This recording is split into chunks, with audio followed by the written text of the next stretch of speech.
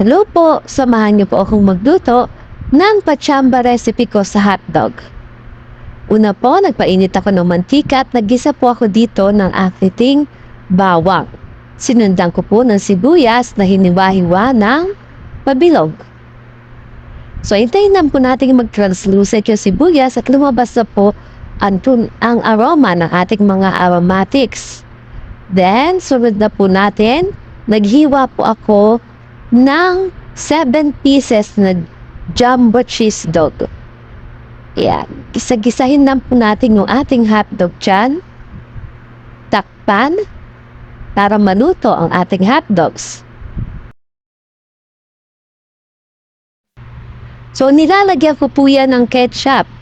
Ng ayon lang sa aking panandya. Nilalagyan ko rin po yan ng toyo.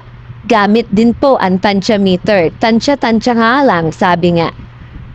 So, halu-haluin po nating maigi yan para yung ating mga nilagay na sauce ay kumapit doon sa ating hotdog. Tapos, salt and pepper to taste, syempre. Then, nilalagyan ko po yan ng oyster sauce, pandagdag sa lasa, pampasarap, at syempre, ng kalamansi. At ayan na po ang aking pachamba recipe sa hotdog. Maiba lang, hindi panay prito. Thank you for watching!